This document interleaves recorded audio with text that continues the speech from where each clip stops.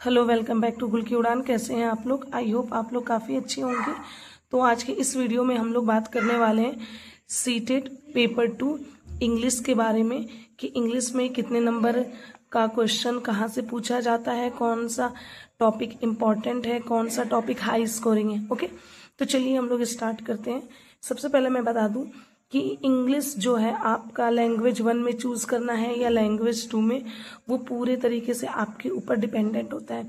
लेकिन मैं अपना बताऊं तो मैं लैंग्वेज फर्स्ट में हिंदी चूज़ करती हूं और लैंग्वेज सेकंड में इंग्लिश। इसलिए कि लैंग्वेज फर्स्ट में हिंदी चूज़ करती हूँ तो उसमें आपका क्या कहते हैं, आपका एक कहानी अनसीन पैसेज और एक कविता हो जाता है। और इंग्लिश जो मैं चूज़ करती हूँ तो दोनों वो पैसेज होता है। ठीक है, तो ध्यान से देखिए, इसमें 15 नंबर का रीडिंग कॉम्प्रहेंशन होता है और 15 नंबर के क्वेश्चंस जो होते हैं वो पेडागोजी से रिलेटेड होते हैं। ठीक है, तो मैं सबसे पहले रीडिंग कॉम्प्रहेंशन जो 15 नंबर का है उसकी मैं बात कर रही हूँ। इसमें क्या चीज़, इसमें जो मेन आइडिया या थीम जो होता है वो आपका एक कोई कहानी दिया रहता है। देखिए, 2 पैसेज रहेगा जिसमें से एक थोड़ा सा डिफिकल्ट भी हो सकता है, एक का लेवल थोड़ा सा इजी भी हो सकता है, लेकिन ज़रूरी नहीं है। या कभी कभी तो ऐसा हो सके कि दोनों का लेवल क्या हो, एवरेज हो। ओके, तो ये चीज़ आपकी होती है। एंड मैं आपको बता दूं, ओके, तो ये चीज़ें और इसी पैसेज से रिलेटेड आपका क्या होता है, पैसेज से रिलेटेड आपके क्वेश्चंस होते हैं। उसमें उस कहानी में क्या कहा गया है उससे रिलेटेड क्वेश्चंस आंसर, और सिर्फ यही नहीं, उस पैसेज से रिलेटेड ग्रामर बेस्ड क्वेश्चंस होते हैं। अब जैसे या तो कोई एक वर्ड दे देगा और आपको पूछ देगा कि पैसेज में इसका एंटोनिम्स क्या है, या तो सिनोनिम्स क्या है, या किसी पार्ट ऑफ स्पीच के बारे में पूछ देगा जो कि वेरी वेरी इंपॉर्टेंट है। आप पार्ट ऑफ स्पीच को करके जाइएगा।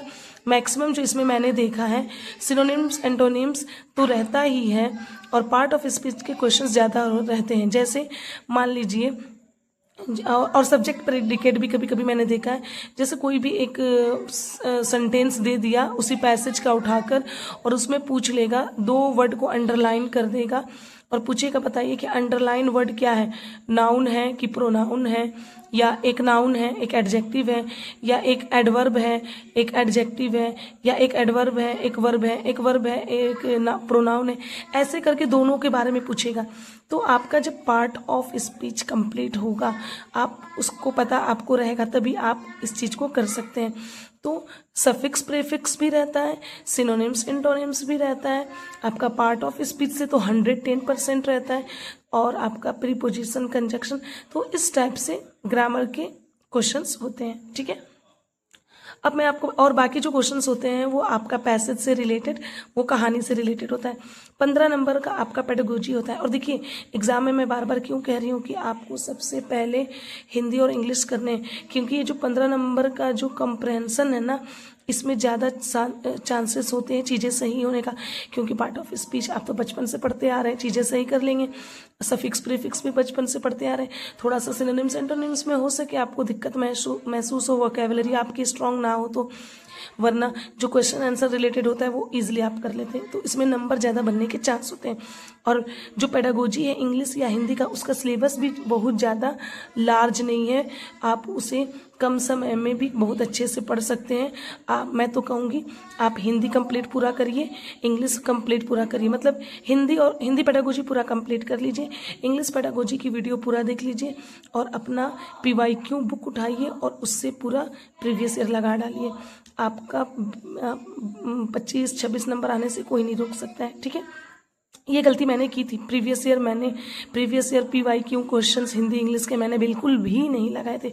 मुझे लगा था कि इजी है, हो जाएंगे। और खैर, मेरा थोड़ा टाइम मैनेजमेंट भी मैं एग्ज़ाम में नहीं कर पाई, पैनिक हो गई। खैर, एक ही रोना क्या रोना है, बार बार नहीं निकला, और इतने एक्सक्यूजेस क्या ही देने हैं।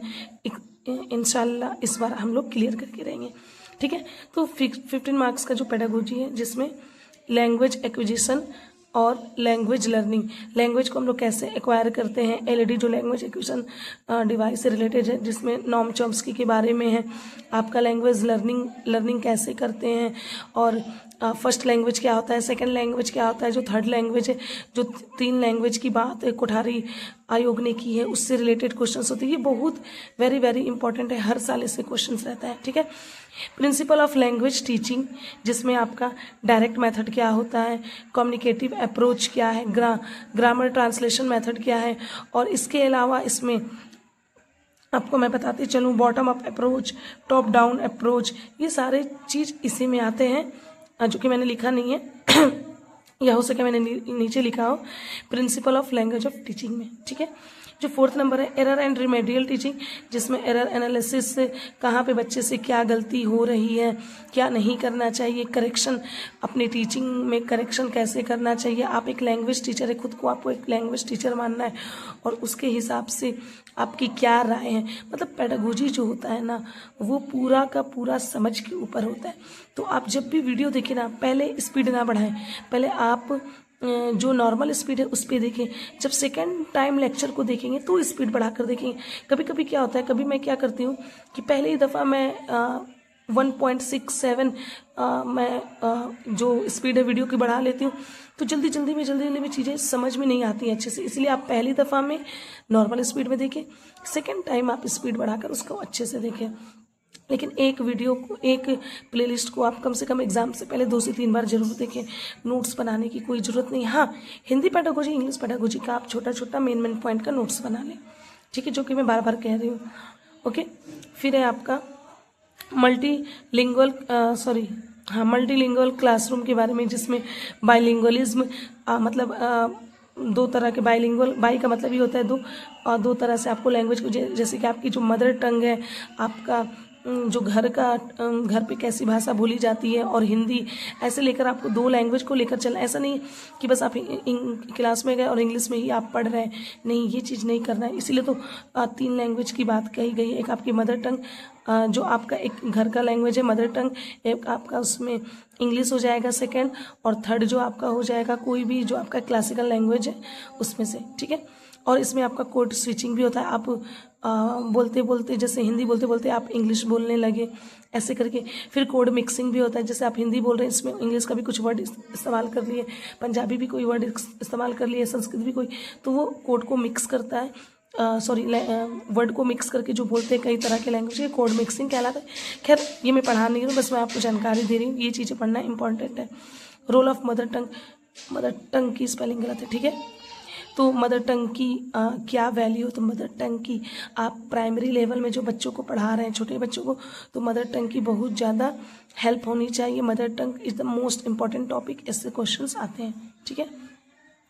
टीचिंग लर्निंग मटेरियल्स, TLM, आप जब पढ़ा रहे हैं तो टीचिंग लर्निंग मटेरियल में क्या क्या यूज़ कर रहे हैं, flash card, pictures, audio visual aids, क्या क्या चीज़ें, तो उन चीज़ों पे भी ध्यान देना है, ओके। नेक्स्ट है आपका असेसमेंट एंड इवेल्युएशन, कि असेसमेंट और इवेल्युएशन है वो किस टाइप का होता है, उसके अंदर क्या क्या आते हैं। फॉर्मेटिव असेसमेंट क्या है, जो कि बहुत इंपॉर्टेंट है। समेटिव क्या है, असेसमेंट क्या है, समेटिव असेसमेंट क्या है, पोर्टफोलियो क्या है, रूब्रिक्स क्या है, इसकी क्या यूजेस है, कहाँ पे फॉर्मेटिव असेसमेंट का इवेल्युएशन असेसमेंट में यूज़ होता है, कहाँ पे समेटिव असेसमेंट का, तो ये सारी चीज़ें। देन आपको ये मैंने 8 नंबर व्हाट इज जो लिखा है, ये भी काफ़ी इंपॉर्टेंट है। इन तीनों में से एक एक क्वेश्चन तो आपको देखने को मिल जाएगा, भले 9 वाला आपको ज़्यादा ना देखने को मिले, लेकिन 8 और 10 वाला जो है वो मोस्ट इंपॉर्टेंट है। डबल टिक मैंने किया, ये इससे क्वेश्चंस आ जाता है। फोनीम्स क्या है, मॉर्फिन्स क्या है, सिंटैक्स क्या है, सिमेंटिक्स क्या है, ये चीज़ें। व्हाट इज लेक्सिकल वर्ड्स क्या है, साइड वर्ड्स क्या है, डिप्थोंग्स क्या है, bottom up top down approach क्या है, जो कि आपका मैंने बताया था किसके अंदर ये आता है, ये आपका error and remedial principle of language teaching के अंदर आता है, टॉप डाउन अप्रोच और बॉटम अप अप्रोच, ठीक है, जो कि टॉप डाउन और बॉटम अप ये दोनों इंपॉर्टेंट है। व्हाट इज डिस्ग्राफिया क्या है, डिसलेक्सिया क्या है, डिस्फेजिया क्या है, ये सारी चीज़ें जो है वो भी काफ़ी इंपॉर्टेंट है। तो इन सारे पॉइंट्स को भी आप देख लीजिएगा। खैर, आज के लिए इतना ही। तो आई थिंक मैंने कोशिश की है कि इंग्लिश के जितने भी most of the important topic है आपके साथ कवर करने की। अगर इसी तरह आपको हिंदी के भी इम्पॉर्टेंट टॉपिक जानना है तो प्लीज़ कमेंट सेक्शन में ज़रूर बताइएगा, आगे मैं सारे टॉपिक बता दूंगी। और प्लीज़ जिस तरह से मैंने कहा है उस तरह से आपको एग्ज़ाम में करने हैं, तो इंशाल्लाह आपका एग्ज़ाम भी क्लियर हो जाएगा। आज थोड़ा सा मैं घर पे नहीं थी, जिसके वजह से वीडियो डालने में भी लेट हो गई और मैथ्स के क्वेश्चंस में नहीं करा पाई। इंशाल्लाह कल मैथ्स के क्वेश्चंस मैं ज़रूर कराऊंगी। और हाँ, सीटेट सितंबर 2026 मैथ्स पेपर 2 के नाम से है, वो प्लेलिस्ट को ज़रूर पूरा देखें। आज के लिए बस इतना ही। थैंक यू सो मच और टेलीग्राम चैनल ज्वाइन करना ना भूलें।